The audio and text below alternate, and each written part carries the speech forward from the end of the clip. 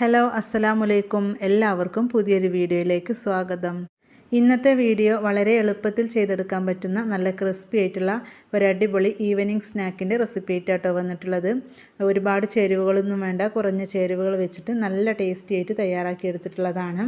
അപ്പോൾ ഇതെങ്ങനെ ഉണ്ടാക്കിയെടുക്കാം നോക്കാം.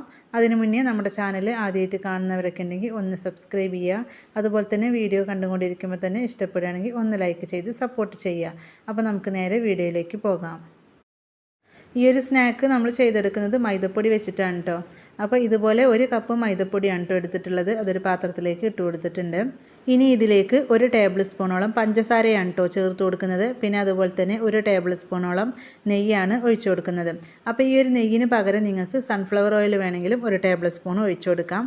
പിന്നെ അതുപോലെ തന്നെ ആവശ്യത്തിനുള്ള ഉപ്പും കൂടെ ചേർത്ത് കൊടുക്കുക.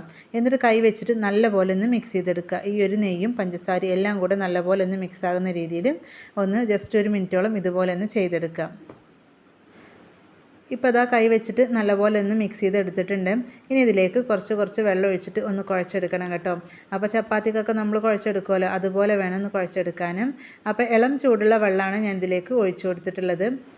നമ്മൾ ചൂടുവെള്ളം ഒഴിച്ചിട്ട് കുഴച്ചെടുക്കുന്നതുകൊണ്ട് തന്നെ ഒരുപാട് വെള്ളമൊന്നും ചേർത്ത് കൊടുക്കേണ്ട ആവശ്യമില്ല കേട്ടോ. കുറച്ച് വെള്ളം ചേർത്താൽ തന്നെ നല്ലപോലെ കുഴച്ചെടുക്കാൻ പറ്റും. ഒരുപാട് സമയം കൈകൊണ്ട് ഇങ്ങനെ പ്രസ് ചെയ്തിട്ട് കുഴച്ചെടുക്കേണ്ട ആവശ്യമൊന്നുമില്ല. ചെറിയ രീതിയിലൊന്ന് സോഫ്റ്റ് ആക്കിയിട്ട് എടുത്താൽ മതി കേട്ടോ. ഒരുപാട് അങ്ങോട്ട് കുഴച്ച് സോഫ്റ്റ് ആക്കിയിട്ട് എടുക്കേണ്ട ആവശ്യമൊന്നുമില്ല. അപ്പോൾ ഞാനിതാ ഇതുപോലെ ആക്കി എടുത്തിട്ടുണ്ട് കേട്ടോ. ഇനി ഇത് ഒരു 10 മിനിറ്റോളം ഒന്ന് റെസ്റ്റ് ചെയ്യാൻ വെക്കണം. 10-15 മിനിറ്റ് നേരം വെച്ചാലും കുഴപ്പമൊന്നുമില്ല. മിനിമം 10 മിനിറ്റെങ്കിലും വെക്കണം കേട്ടോ. അപ്പോൾ ഞാനിവിടെ ഒരു 10 മിനിറ്റ് മാത്രമാട്ടോ വെച്ചിട്ടുണ്ടായിരുന്നത്. ആ സമയമായപ്പോഴത്തേനും കുറച്ചൊക്കെ സോഫ്റ്റ് ആയിട്ട് വന്നിട്ടുണ്ട്. നമ്മൾ ഒരുപാട് സമയം വെക്കുമ്പോൾ ഒന്നും കൂടെ ഒന്ന് സോഫ്റ്റ് ആയിട്ട് കിട്ടും. നമ്മൾ നല്ല പോലെ കുഴച്ചെടുത്തിട്ടൊന്നുമില്ല, ചെറിയ രീതിയിലൊന്ന് കുഴച്ചെടുത്തിട്ടേ ഉണ്ടായിരുന്നുള്ളൂ. ഇപ്പോൾ അതാ കുറച്ച് നേരം റെസ്റ്റ് ചെയ്യാനും കൂടെ വെച്ചപ്പോൾ മാവ് നല്ലപോലെ ഒന്ന് സോഫ്റ്റ് ആയിട്ട് വന്നിട്ടുണ്ട്. ഇനി ഇത് നമ്മൾ ചപ്പാത്തിക്കൊക്കെ ബോൾസ് ആക്കിയിട്ട് എടുക്കുമല്ലോ, അതുപോലെ ആക്കിയെടുക്കുക. അത്യാവശ്യം വലുപ്പത്തിൽ നമ്മൾ ചപ്പാത്തി തയ്യാറാക്കി എടുക്കുമ്പോൾ എടുക്കുന്ന മാവിൻ്റെ അത്ര വലുപ്പത്തിലുള്ളതാണ് ഞാനിവിടെ എടുത്തിട്ടുള്ളത്. അപ്പോൾ ദാ ഇതുപോലെ മുഴുവനായിട്ട് നമുക്ക് ചെയ്തെടുക്കാം. 1 കപ്പ് മൈദപ്പൊടി വെച്ചിട്ട് 5 ബോളാക്കിയിട്ട് എടുത്തിട്ടുണ്ട് കേട്ടോ ഞാൻ. അപ്പോൾ നമുക്ക് 5 എണ്ണം പരത്തിയെടുക്കാം. അപ്പോൾ അതാ 5 ബോളാക്കിയിട്ട് എടുത്തിട്ടുണ്ട്. ഇനി നമുക്കിതൊന്ന് പരത്തിയെടുക്കണം. അപ്പോൾ ഞാൻ ഇവിടെ തന്നെയാണ് കേട്ടോ പരത്തിയെടുക്കുന്നത്. ചപ്പാത്തി പത്തിരിയും ഒക്കെ പരത്തിയെടുക്കുന്നത് ഈ ഒരു ഭാഗത്ത് വെച്ചിട്ടാണ്. ഒരുപാട് തിന്നാക്കിയിട്ട് പരത്തിയെടുക്കേണ്ട ആവശ്യമൊന്നുമില്ല കേട്ടോ. ഇത് നമുക്ക് പെട്ടെന്ന് പരത്തിയെടുക്കാൻ പറ്റും. അത്യാവശ്യം മാവൊക്കെ നമ്മൾ റെസ്റ്റ് ചെയ്യാൻ വെച്ചുകൊണ്ട് നല്ല സോഫ്റ്റ് ആയിട്ട് തന്നെ കിട്ടിയിട്ടുണ്ട്. അപ്പോൾ അതാ ഞാനിവിടെ ഇതുപോലെ പരത്തിയെടുത്തിട്ടുണ്ട്. അപ്പോൾ ഒരുപാട് കട്ടിയിലല്ല, എന്നാൽ നല്ല കനം കുറഞ്ഞുമല്ല കേട്ടോ പരത്തിയെടുത്തിട്ടുള്ളത്. അപ്പോൾ മുഴുവനായിട്ട് ഞാനിവിടെ ഇതാ പരത്തിയെടുത്തിട്ടുണ്ട്. ഇനി നമ്മൾ ചെയ്യുന്നത്, നമ്മൾ പരത്തി വെച്ച ഓരോന്നും ഇതുപോലെ വെച്ച് കൊടുക്കുക കേട്ടോ. അപ്പോൾ ഫസ്റ്റ് ഒന്ന് ഇതുപോലെ വെച്ച് കൊടുത്തതിന് ശേഷം ഇതിന് മുകളിലേക്ക് നെയ്യോ അല്ലെങ്കിൽ സൺഫ്ലവർ ഓയിലോ ഇതുപോലെ ഒന്ന് സ്പ്രെഡ് ചെയ്ത് കൊടുക്കുക കേട്ടോ. അപ്പോൾ ഞാൻ സൺഫ്ലവർ ഓയിലാണ് കേട്ടോ സ്പ്രെഡ് ചെയ്ത് കൊടുക്കുന്നത്. എല്ലാ വശത്തും ഇതുപോലെ ഒന്ന് ബ്രഷ് വെച്ചിട്ടൊന്ന് ചെയ്ത് കൊടുക്കുക. അപ്പോൾ അതാ ഓയിൽ നല്ലപോലെ എല്ലാ വശത്തും ആക്കി കൊടുത്തിട്ടുണ്ട്. ഇനി ഇതിന് മുകളിൽ കുറച്ച് മൈദപ്പൊടി ഒന്ന് ഇതുപോലെ ഒന്ന് ആക്കി കൊടുക്കുക. അപ്പോൾ മൈദപ്പൊടിയൊക്കെ ഇട്ട് കൊടുത്തതിൻ്റെ ശേഷം കൈകൊണ്ട് ഇതുപോലെ ഒന്നാക്കി കൊടുക്കുക കേട്ടോ. എല്ലാ വശത്തും ഒരുപോലെ ഒന്നാക്കി കൊടുക്കുക. എന്നിട്ട് അതിൻ്റെ മുകളിലോട്ട് നമ്മൾ അടുത്തതും ഇതുപോലെ വെച്ച് കൊടുക്കുക. അപ്പോൾ നമ്മൾ വെച്ച് കൊടുത്തതിൻ്റെ ശേഷം കറക്റ്റ് ആക്കിയിട്ടൊന്നും ഇങ്ങനെ ഇതുപോലെ വലിച്ചു കൊടുക്കുക കേട്ടോ. ഇനി നമ്മൾ നേരത്തെ ചെയ്ത പോലെ തന്നെ ഓയിലൊന്ന് സ്പ്രെഡ് ചെയ്ത് കൊടുക്കുക. അതിന് ശേഷം മൈദപ്പൊടിയും ഇട്ട് കൊടുത്തിട്ട് കൈകൊണ്ടൊന്ന് ലെവൽ ചെയ്തെടുത്തതിന് ശേഷം അടുത്തതും വെച്ച് കൊടുക്കുക. അങ്ങനെ നമ്മൾ ഉണ്ടാക്കിയിട്ടുള്ള മുഴുവനായിട്ടുള്ളതും വെച്ച് കൊടുക്കുക കേട്ടോ. 5 എണ്ണം തയ്യാറാക്കിയിട്ടുണ്ട്. ആ 5 എണ്ണം ഇതേപോലെ തന്നെ ഒന്ന് റെഡിയാക്കി എടുക്കണം. ഇത് നമ്മൾ ഓരോന്നായിട്ട് നേരത്തെ പരത്തിയെടുത്തല്ലോ. അപ്പോൾ ആ ഒരു സമയത്ത് പൊടി ചേർത്തിട്ടാണല്ലോ പരത്തിയെടുത്തത്. അപ്പോൾ പരമാവധി കുറച്ച് പൊടി ചേർത്തിട്ട് പരത്തിയെടുക്കുക കേട്ടോ. അപ്പോൾ ഞാൻ കുറച്ച് കൂടുതൽ പൊടി ചേർത്തിട്ടാണ് കേട്ടോ പരത്തിയെടുത്തിട്ടുണ്ടായിരുന്നത്. അതായത് ഞാൻ പത്തിരി ചപ്പാത്തിയൊക്കെ പരത്തിയെടുക്കുമ്പോൾ ഒരുപാട് പൊടി ചേർത്ത് കൊടുക്കലുണ്ട്. ഇത് നമ്മൾ ഫ്രൈ ചെയ്തിട്ടാണ് തയ്യാറാക്കുന്നത്. അപ്പോൾ അതുകൊണ്ട് തന്നെ വളരെ കുറഞ്ഞ രീതിയിൽ പൊടി ചേർത്ത് കൊടുക്കാം. ഇപ്പോൾ അതാ മുഴുവനായിട്ട് ഞാൻ വെച്ച് കൊടുത്തിട്ടുണ്ട് കേട്ടോ. അപ്പോൾ നമ്മൾ ഏറ്റവും മുകളിലും ഇതേപോലെ തന്നെ ഓയിലും മൈദപ്പൊടിയൊക്കെ ചേർത്ത് കൊടുത്തിട്ടുണ്ട്. ഇനി കൈകൊണ്ട് എല്ലാ വശത്തും ജസ്റ്റ് ഒന്നിങ്ങനെ പ്രസ് ചെയ്ത് കൊടുക്കുക. എന്നിട്ട് ഇതൊന്ന് മടക്കിയെടുക്കുക. അതായത് ഇതുപോലെ ഒരു സൈഡിൽ നിന്ന് ഇങ്ങനെ റോൾ ചെയ്തെടുക്കാം. വളരെ എളുപ്പത്തിൽ തന്നെ നമുക്ക് ഇതേപോലെ ഒന്ന് റോൾ ചെയ്തെടുക്കാൻ പറ്റും കേട്ടോ. ഫസ്റ്റ് നമ്മൾ ജസ്റ്റ് ഒന്ന് ലെവൽ ചെയ്തിട്ടൊന്ന് എടുക്കുക. എന്നിട്ട് ഇതുപോലെ ഒന്ന് ഉരുട്ടി കൊടുത്താൽ മതി. അപ്പോൾ ഇത് കറക്റ്റായിട്ട് കിട്ടിക്കോളും. ഒരു 5 എണ്ണമൊക്കെ വെച്ചിട്ട് ഇതുപോലെ ചെയ്യുമ്പോൾ എളുപ്പമായിട്ട് നമുക്കിതിങ്ങനെ ഉരുട്ടിയെടുക്കാനൊക്കെ പറ്റും. ഇപ്പോൾ അത് നല്ലപോലെ ഒന്ന് ഉരുട്ടിയെടുത്തിട്ടുണ്ട് കേട്ടോ. ഇനി നമുക്കിതൊന്ന് കട്ട് ചെയ്തെടുക്കണം. ഇത് നമ്മൾ കട്ട് ചെയ്തെടുക്കുന്ന സമയത്ത് ഇതിൻ്റെ ആ ഒരു ഫസ്റ്റ് ഭാഗം ഉണ്ടല്ലോ അത് കട്ട് ചെയ്തിട്ട് മാറ്റി വെച്ചിട്ടുണ്ടായിരുന്നു കേട്ടോ. എന്നിട്ട് ഇതേപോലെ കട്ട് ചെയ്തെടുക്കുന്നുണ്ട്. ഒരുപാട് വലുപ്പത്തിലൊന്നുമല്ല കേട്ടോ ഞാനിവിടെ കട്ട് ചെയ്തെടുക്കുന്നത്. അപ്പോൾ നിങ്ങൾക്ക് കാണുമ്പോൾ തന്നെ അറിയാം എത്രത്തോളം വലുപ്പത്തിലാണെന്നുള്ളത്. ഞാനിവിടെ മുഴുവനായിട്ട് ഇതാ കട്ട് ചെയ്തെടുത്തിട്ടുണ്ട്. ഇനി നമുക്കിത് ഓരോന്ന് എടുത്തിട്ട് വേറൊരു പാത്രത്തിലേക്ക് മാറ്റി വെക്കാം.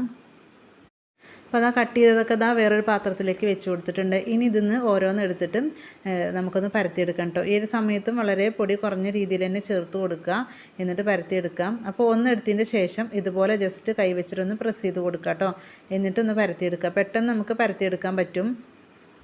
നല്ല ലെയറായിട്ട് കിട്ടാൻ വേണ്ടിയിട്ടാണ് കേട്ടോ ഇതുപോലെ ചെയ്തെടുക്കുന്നത്. പിന്നെ അതുപോലെ തന്നെ ഒരുപാട് വലുപ്പത്തിലൊന്നും പരത്തിയെടുക്കേണ്ട ആവശ്യമില്ല. ഒരു പപ്പടത്തിൻ്റെയൊക്കെ ഒരു വലുപ്പം ഉണ്ടല്ലോ, അത്ര വലുപ്പത്തിൽ പരത്തിയെടുത്താൽ മതി കേട്ടോ. ഒരുപാട് പ്രസ് ചെയ്തിട്ടൊന്നും പരത്തിയെടുക്കേണ്ട ആവശ്യമില്ല. ഇതുപോലെ മെല്ലെ ഒന്ന് പരത്തിയെടുത്താൽ മതി. അപ്പോഴേക്കും ഇത് റെഡി ആയിട്ട് കിട്ടും. അപ്പോൾ അതാ ഞാനിവിടെ ഒന്ന് പരത്തിയെടുത്തിട്ടുണ്ട്. അപ്പോൾ ബാക്കിയുള്ളതും ഇതേപോലെ തന്നെ ഒന്ന് പരത്തിയെടുക്കാം. ഇത് നമ്മൾ പരത്താൻ എടുക്കുമ്പോൾ നേരത്തെ പറഞ്ഞ പോലെ തന്നെ കൈകൊണ്ട് നല്ലപോലെ ഒന്ന് പ്രസ് ചെയ്തതിൻ്റെ ശേഷം പരത്തിയെടുക്കുക. അപ്പോൾ നല്ല കറക്റ്റായിട്ട് കിട്ടും. അപ്പോൾ അതാ ഞാനിവിടെ മുഴുവനായിട്ടും പരത്തിയെടുത്തിട്ടുണ്ട് കേട്ടോ. അപ്പോൾ ഇത് ഞാൻ മുകളിലായിട്ടാണ് വെച്ച് കൊടുത്തിട്ടുള്ളത്. ഇത് ഒട്ടിപ്പിടിക്കൊന്നുമില്ല. ഇനി നമുക്കിത് ഫ്രൈ ചെയ്തെടുക്കാം. ഫ്രൈ ചെയ്തെടുക്കാൻ വേണ്ടിയിട്ട് ഞാനിവിടെ ഒരു പാത്രത്തിൽ ഓയിൽ ചൂടാക്കാൻ വേണ്ടി വെച്ചിട്ടുണ്ടായിരുന്നു. നല്ലപോലെ ചൂടായതിന് ശേഷം മീഡിയം ഫ്ലെയിമിൽ ഇട്ട് കൊടുക്കുക. എന്നിട്ട് ഇതുപോലെ ഓരോന്ന് ഇട്ട് കൊടുക്കുക. ഇത് നമ്മൾ ഓയിലിൽ ഇട്ട് കൊടുത്തിട്ട് 20 സെക്കൻഡ് ആകുമ്പോഴേക്കും ഇത് തിരിച്ചിട്ട് കൊടുക്കുക കേട്ടോ. ഒരുപാട് സമയം വെക്കേണ്ട ആവശ്യമൊന്നുമില്ല. അപ്പോൾ അതാ 20 സെക്കൻഡ് ആയിട്ടുണ്ട്. നമുക്കിത് തിരിച്ചിട്ട് കൊടുക്കാം. സാധാരണ നമ്മൾ പൂരിയൊക്കെ റെഡിയാക്കി എടുക്കുന്ന പോലെ തന്നെയാണ്. പൂരി റെഡിയാക്കി എടുക്കുമ്പോൾ നല്ല പോലെ പൊങ്ങി വരും. ഇത് നമ്മൾ ലെയറായിട്ട് ചെയ്തെടുത്തുകൊണ്ട് തന്നെ ഒരുപാട് പൊങ്ങി വരുമൊന്നുമില്ല. ഇത് നമ്മൾ 2-3-4 തവണ തിരിച്ചും മറിച്ചൊക്കെ ഇട്ട് കൊടുത്തിട്ട് ചെറുതായിട്ട് കളർ മാറുമ്പോൾ നമുക്കിത് ഓയിലിൽ നിന്നും കോരി മാറ്റാം. അപ്പോൾ അത് ഏകദേശം ഇവിടെ റെഡി ആയിട്ടുണ്ട് കേട്ടോ. ഇനി നമുക്കിത് ഓയിലിൽ നിന്നും കോരി മാറ്റാം. ഒരുപാട് സമയം വെച്ചിട്ടുണ്ടെങ്കിൽ ഇത് കരിഞ്ഞു പോകും. ഇത് ഇനി ഓയിലിൽ നിന്ന് കോരി മാറ്റിയതിൻ്റെ ശേഷം കുറച്ച് തണുത്ത് വരുമ്പോൾ ഇതിൻ്റെ കളർ ഒന്നും കൂടെ ഒന്ന് മാറും. അപ്പോൾ ഈ ഒരു കളറാകുമ്പോൾ നമുക്ക് ഓയിലിൽ നിന്ന് കോരി മാറ്റാം.